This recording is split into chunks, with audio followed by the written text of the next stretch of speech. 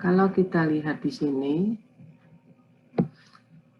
peranan mikroba di dalam tanah itu adalah sebagai agen biokemik dalam pengubahan senyawa organik kompleks menjadi sederhana. Ya. Jadi agen biologis dan juga ada reaksi kimia di dalam agen biologis itu, yaitu mikroba. Dia bisa mengubah senyawa organik yang sifatnya kompleks dengan enzim-enzim yang dikandungnya, sehingga di sini diistilahkan kemik ya. Jadi mengandung juga secara enzimatis itu bisa merombak senyawa organik kompleks menjadi yang lebih sederhana. Nah, kemudian dalam bentuk yang sederhana itu bisa dimanfaatkan kembali ya oleh organisme lain untuk membentuk senyawa-senyawa kompleks. Sehingga di sini agen mikroba itu sangat penting sekali peranannya. Nanti kalau kita coba lihat pada siklus-siklus yang berlangsung, ada satu tahap ya, atau bahkan beberapa tahap di mana mikroba ini tidak bisa tergantikan perannya oleh organisme tingkat tinggi lainnya. Misalnya tanaman atau hewan, ya, itu tidak bisa digantikan. Yang bisa melakukan tahap tersebut hanya mikroba jenis tertentu. Ya. Hal ini bisa dikaitkan juga dengan enzim-enzim yang dia kandung. Ya. Dengan adanya enzim tersebut, maka dia bisa merombak suatu senyawa-senyawa menjadi lebih sederhana yang tidak bisa dilakukan oleh organisme lain, ya, mikroba jenis lain atau bahkan tanaman dan hewan yang ternyata tidak memiliki enzim tersebut. Nah, ini kembali disampaikan, kita lihat nanti nitrogen, karbon, sulfur, dan fosfor.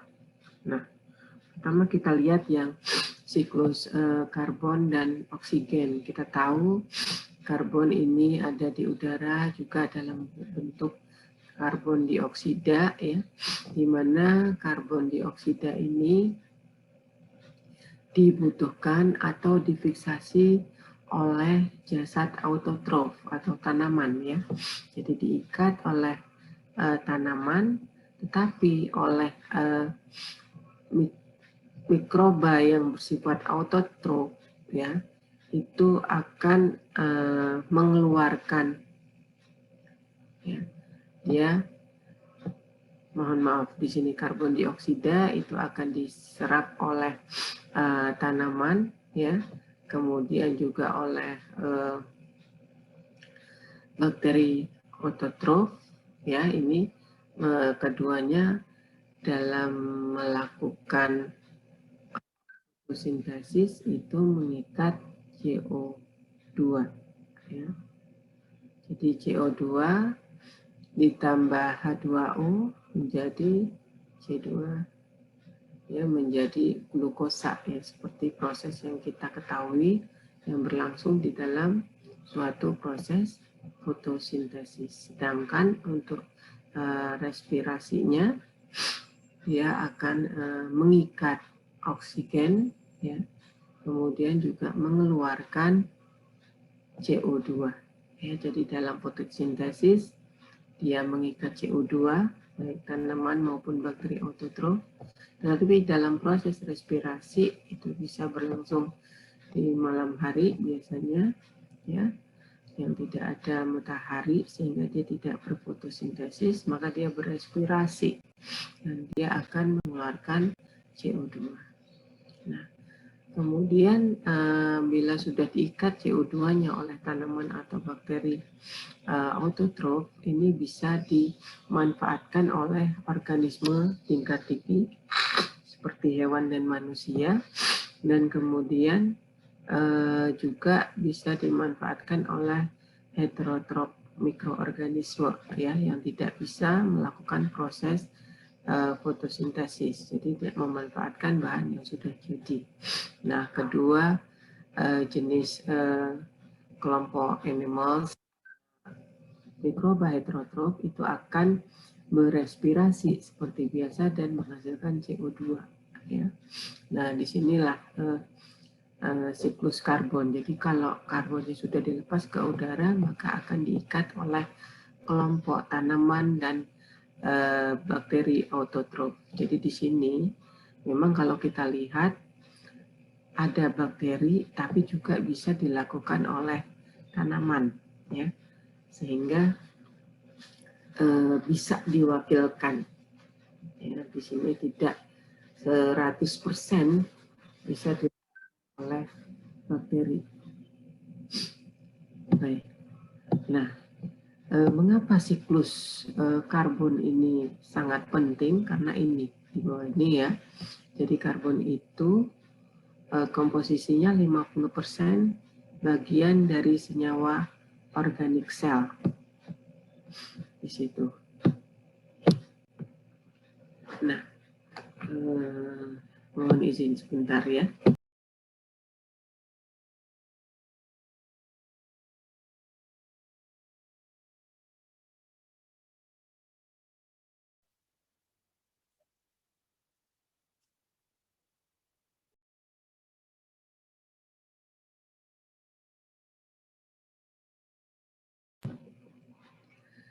Baik, kita lanjutkan.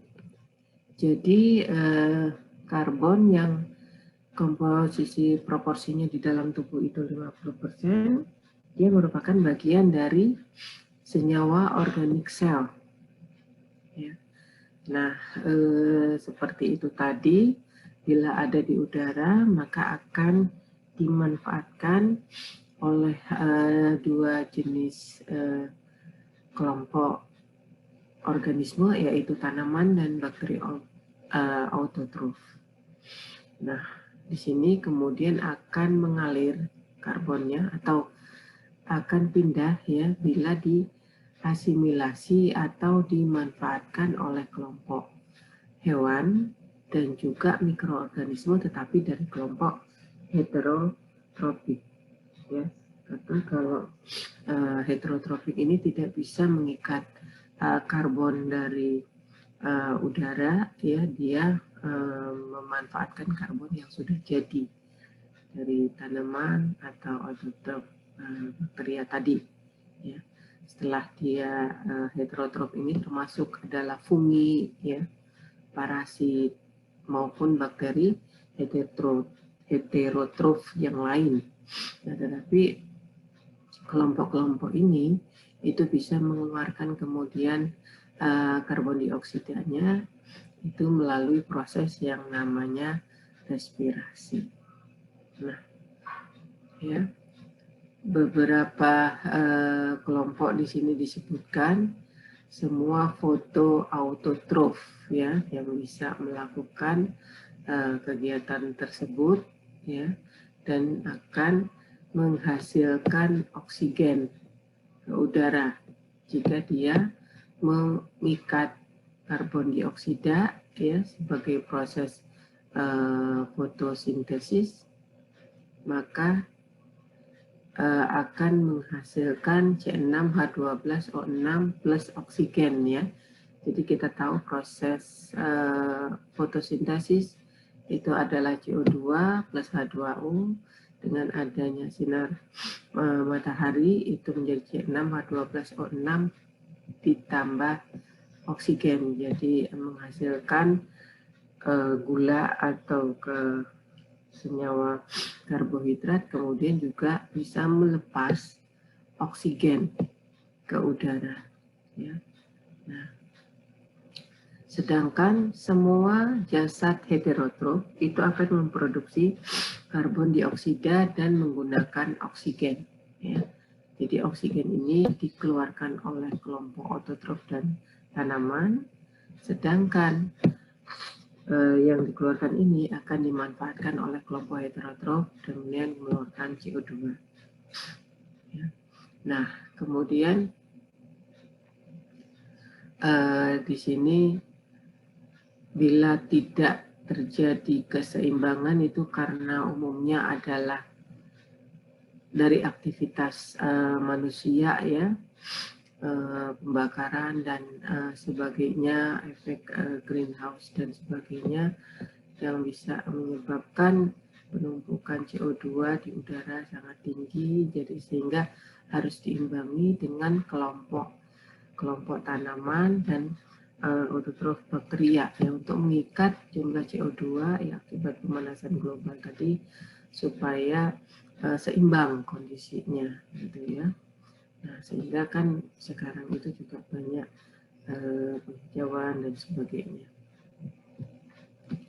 Nah, ini lanjutan yang tadi ya, di mana kalau misalnya dalam proses respirasi maka oksigen itu juga dimanfaatkan untuk respirasi oleh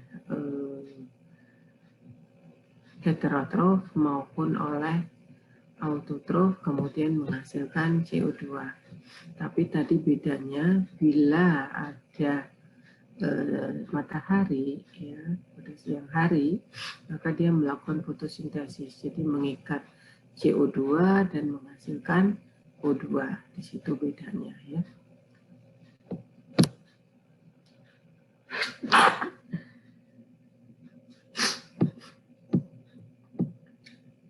Nah, demikian juga untuk kelompok heterotrof, dia akan mengikat oksigen untuk respirasinya dan kemudian melepas CO2.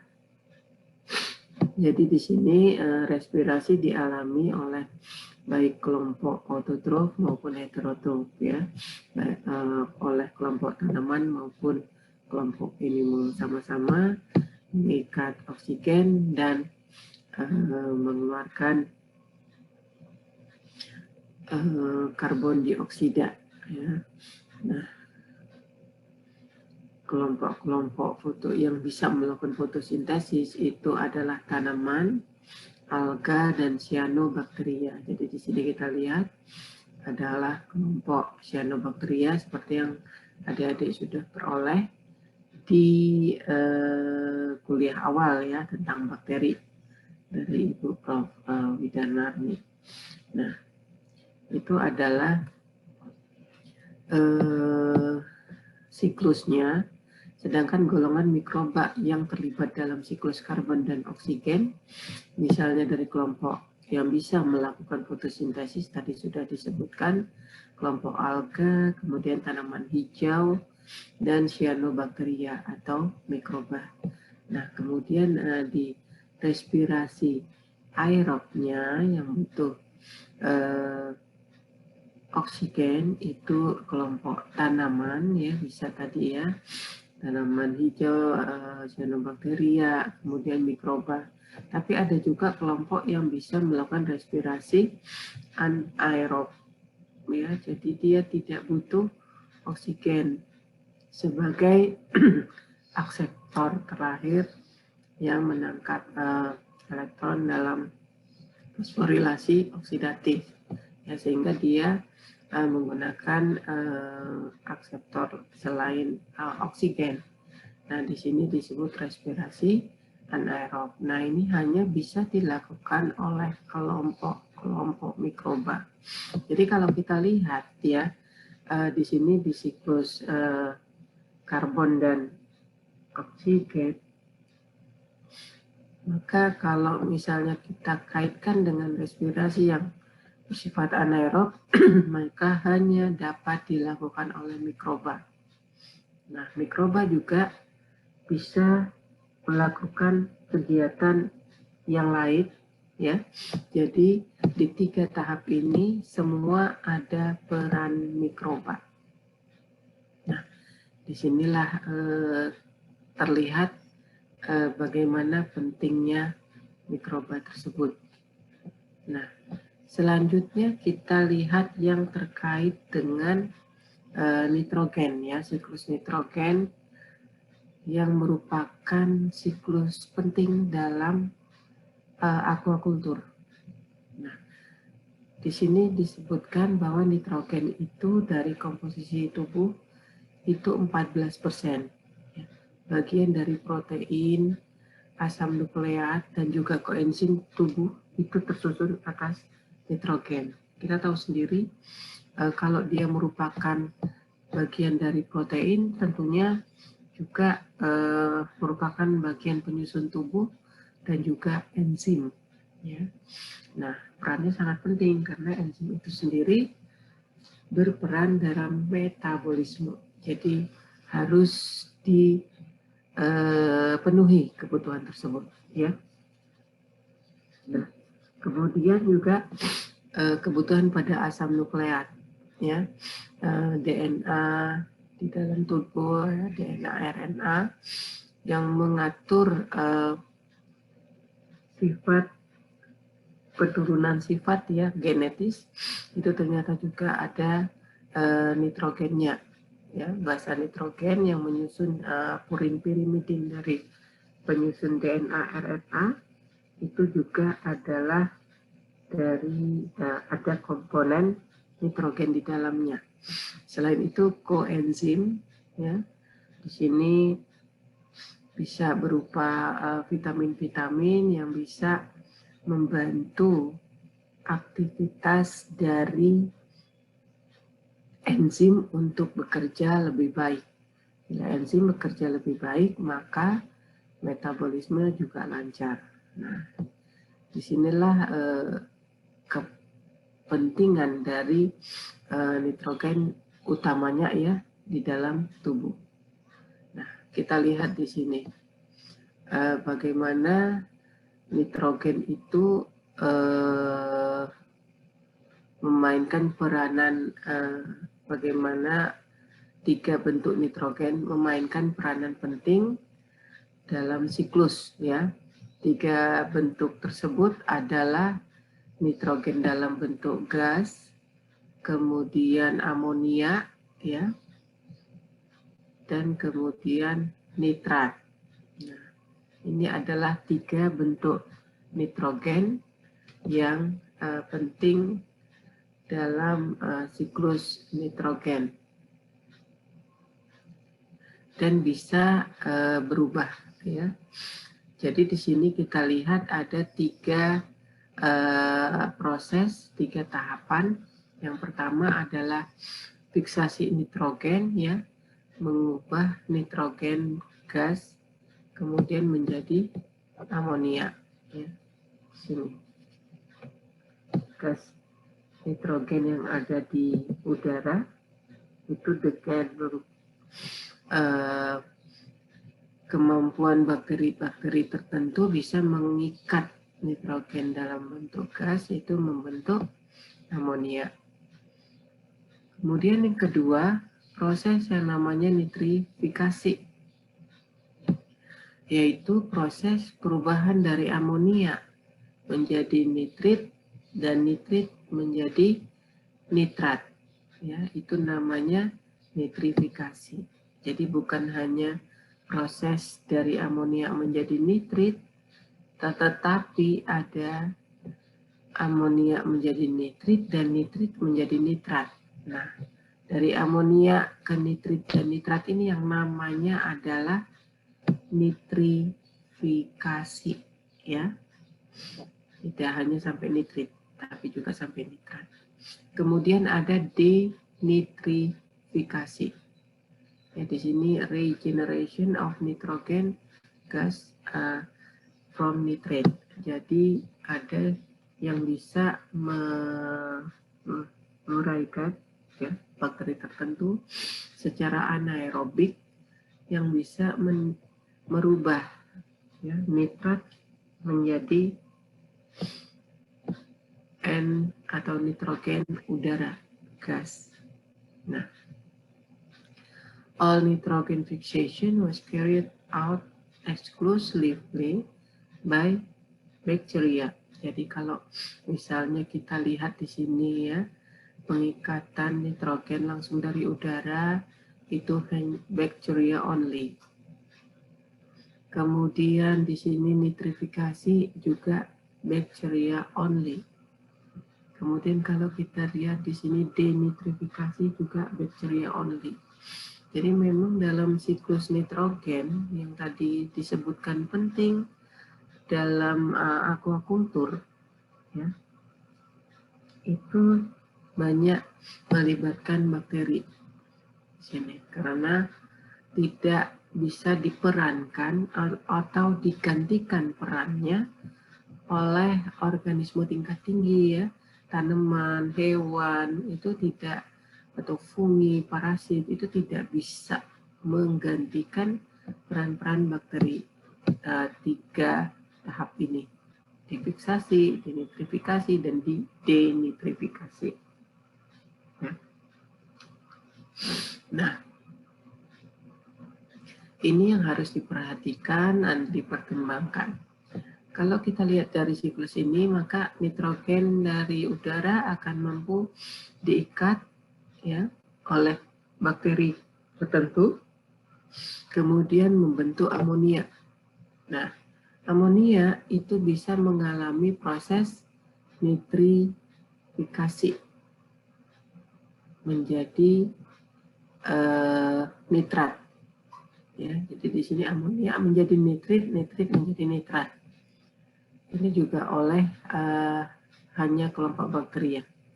Nah, nitrat itu bisa dua jalur. Dia bisa didenitrifikasi dengan dalam kondisi anaerob ya oleh bakteri tertentu, misalnya Clostridium pseudomonas ya. Kemudian menjadi si nitrat akan berubah menjadi nitrogen udara. Nah, satu lagi nitrat tadi bisa langsung juga diserap oleh akar tanaman untuk menjadi sumber makanan bagi tanaman tersebut. Nah, di sini nitrat akan kemudian bisa pindah ke hewan dengan dimakan ya. Dan tanaman tersebut juga bisa mengalami dekomposisi oleh mikroorganisme ya.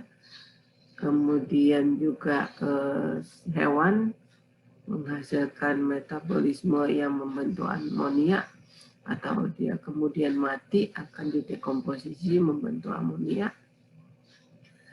Nah, di sini akan menumpuklah menjadi amonia ya, sehingga jalur ini juga bisa terbentuk. Nah, bila ini banyak ya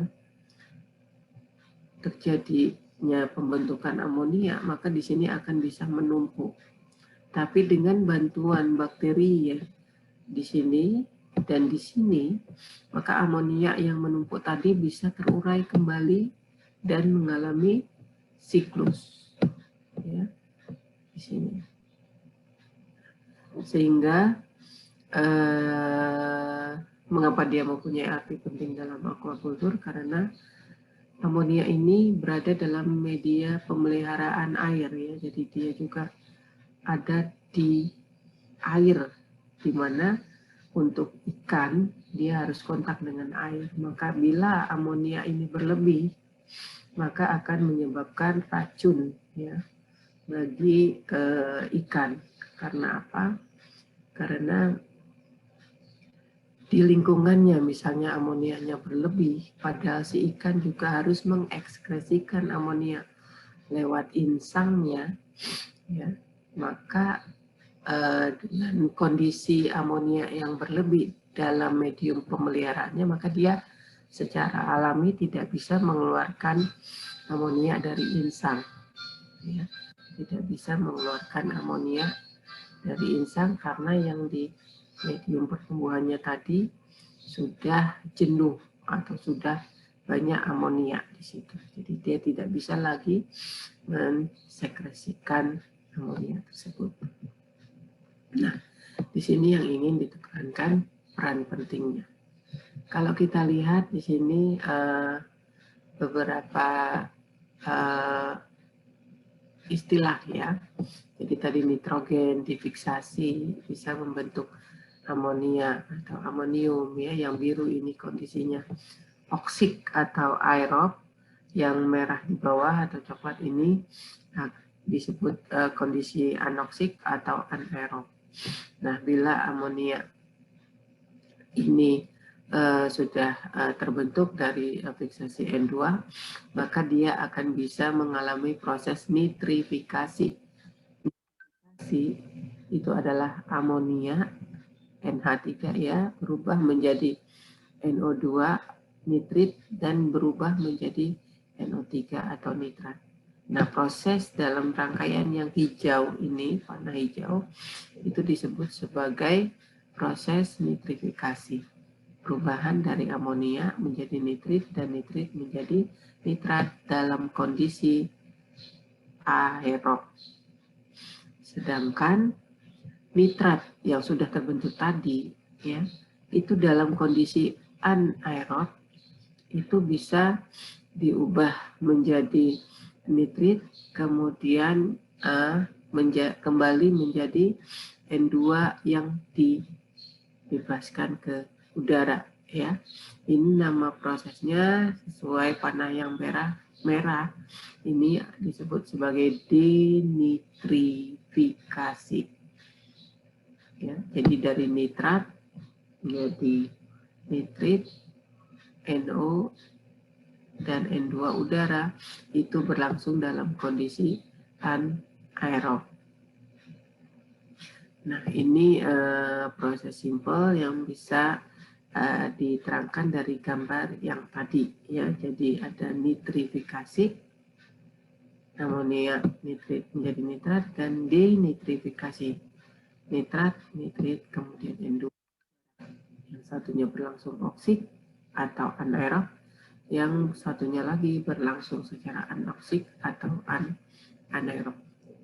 Nah, di sini sebetulnya mengapa misalnya hanya bisa dilakukan oleh bakteri tertentu, karena dia terkait dengan gen ya, gen atau DNA tertentu yang ada di dalam tubuh mikroba tersebut untuk memanfaatkan amonia, mengubahnya menjadi nitrit, kemudian menjadi nitrat.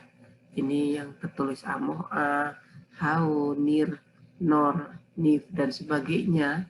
Ini adalah enzim-enzim yang dibutuhkan dalam proses-proses nitrifikasi maupun denitrifikasi. Dan gen-gen tersebut secara genetis dimiliki oleh mikroba ya. Jadi tidak dimiliki oleh jasad hidup tingkat tinggi lainnya. Nah, secara simpel juga di sini amonia menjadi nitrit, nitrit menjadi nitrat ya, yang kita sebut sebagai nitrifikasi di atas. Kemudian nitrat bisa juga dibebaskan atau nitrat dimanfaatkan oleh alga atau tanaman atau mikroba yang autotrof. Nah ya, kemudian alganya tersebut dimakan oleh ikan dan invertebrate, maka dia bisa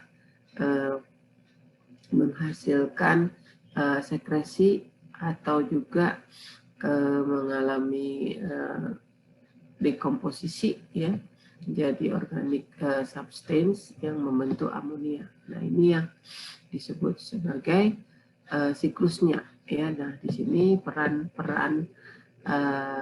mikroba tadi yang bacteria only itu yang tidak bisa diwakilkan untuk membentuk siklus ini. Kita lihat dari reaksi biokimia yang terlibat dalam siklus nitrogen itu ada beberapa ya, yaitu proteolisis, amonifikasi, nitrifikasi, denitrifikasi, dan fiksasi nitrogen. Proteolisis misalnya peuraian protein menjadi bentuk yang sederhana ya, protein diurai menjadi peptida, peptida diurai lagi menjadi asam amino, atau molekul yang paling sederhana yang membentuk protein ya. Jadi kalau asam amino 1 digabung dengan asam amino 2, asam amino 3, terusnya itu menjadi rantai peptida. Tapi kalau peptida ini digabung itu akan membentuk protein. Jadi kalau proteolisis itu kebalikannya, proteinnya diurai, dipecah-pecah menjadi peptida, peptidanya diurai lagi bisa membentuk bisa kemudian menjadi unsur terkecilnya yaitu atau monomernya yaitu asam amino. Nah, kemudian ada proses amonifikasi, yaitu bila pembentukan amonia terjadi tadi dari hasil dekomposisi tinggi atau dari sekresi hewan-hewan tertentu ya. Kemudian ada nitrifikasi tadi dari proses perubahan amonia menjadi nitrit dan nitrit menjadi nitrat. Denitrifikasi itu perubahan dari nitrat menjadi nitrit dan kemudian menjadi N2 udara. Denitrifikasi ini berlangsung secara anaerob, sedangkan nitrifikasi berlangsung secara aerob. Dan ada fiksasi nitrogen yang dilakukan oleh jenis-jenis mikrobat. Tentu misalnya juga yang bisa fiksasi itu adalah dari jenis rhizobium ya, yang bisa hidup bersama dengan tanaman polong-polongan atau kacang-kacangan, tapi itu lebih banyak pada pertanian ya. Nah di sini kalau kita lihat tadi ada 3 tahap yang hanya bisa dilakukan oleh kelompok mikroba atau bakteri. Nah, fiksasi nitrogen itu kelompok mikrobanya Cyanobacteria, Rhizobium, Azotobacter, dan Bacteria. Nah, kemudian nitrifikasi itu hanya oleh kelompok Nitrobacter dan Nitrosomonas. Ya. Sedangkan denitrifikasi itu bisa dari kelompok Pseudomonas, Clostridium, dan bakteri fotosintetik. Jadi ini 3 proses ini ya, fiksasi, nitrifikasi, dan denitrifikasi ini tidak bisa dilakukan oleh kelompok tingkat tinggi. Nah, kenapa siklus N itu dalam lingkungan akuatik itu sangat penting? Ya, jadi kita lihat dalam gambar ini bisa dijelaskan adalah sebagai berikut. Bila kita beri makan ya pada ikan dalam kondisi wadah yang terkontrol ya, kita beri makan kepada ikan, maka ikan ini akan mengeluarkan waste product ya. Dari metabolisme lewat prosesnya yang kemudian terurai oleh mikroba ya, dari kemudian amonia yang dikeluarkan juga oleh insang. Kemudian kalau kita beri makan juga ada makan yang tidak termakan ya.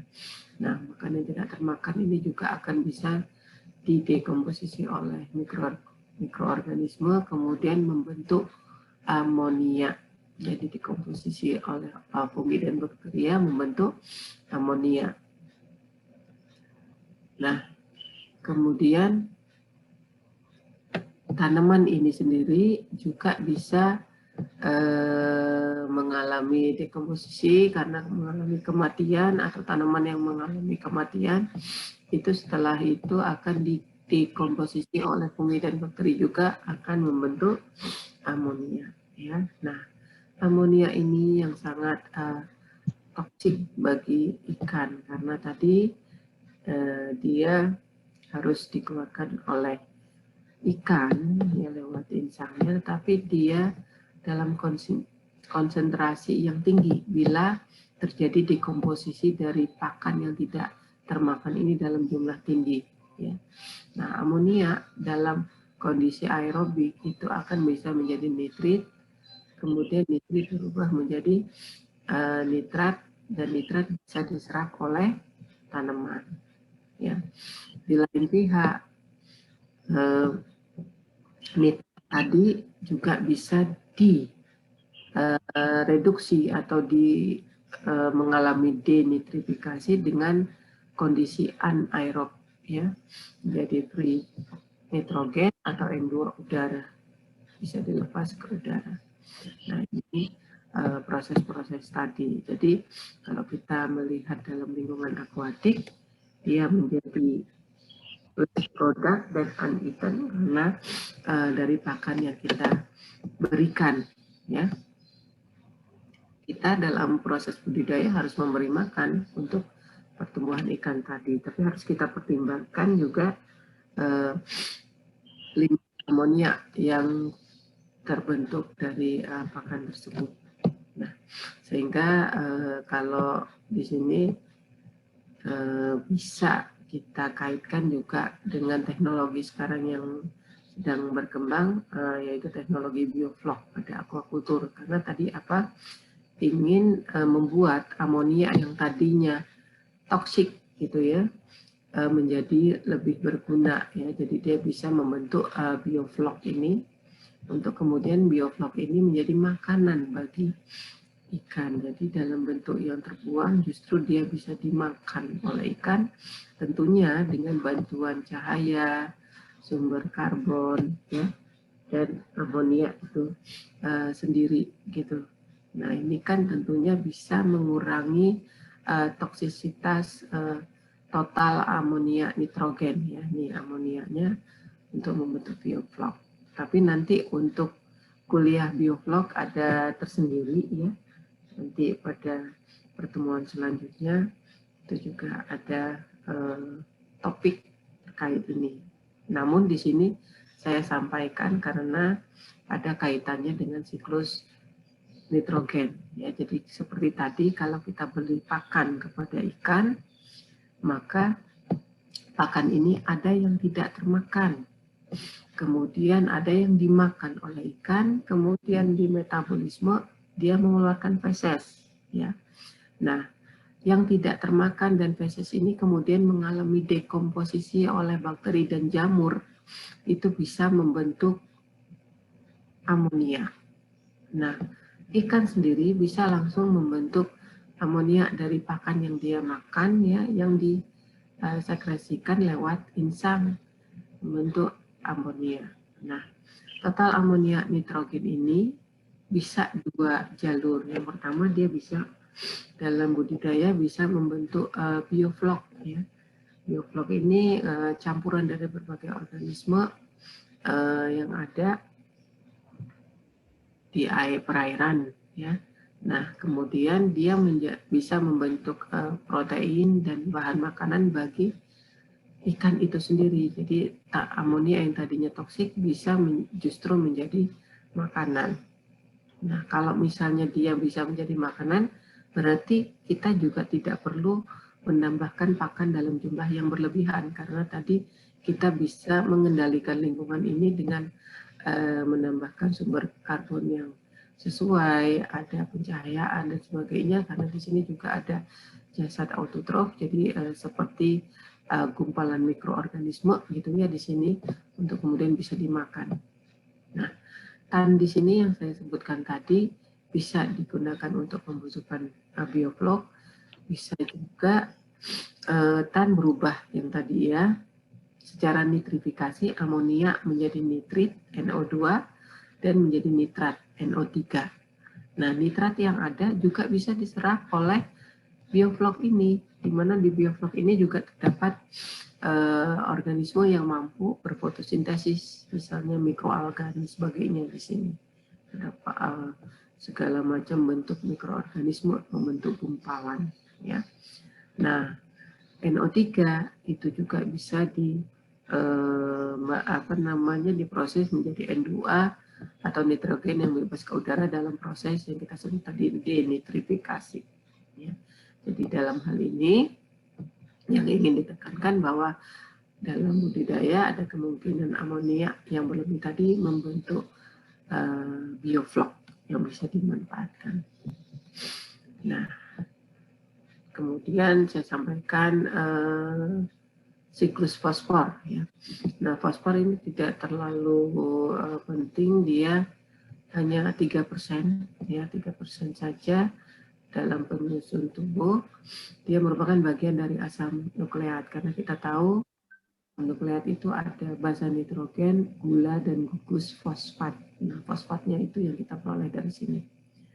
Kemudian ada fosfolipase yang membentuk enzim, membentuk sel, dan juga bisa berperan dalam koenzim, ya, tapi dia hanya 3%. Nah, di sini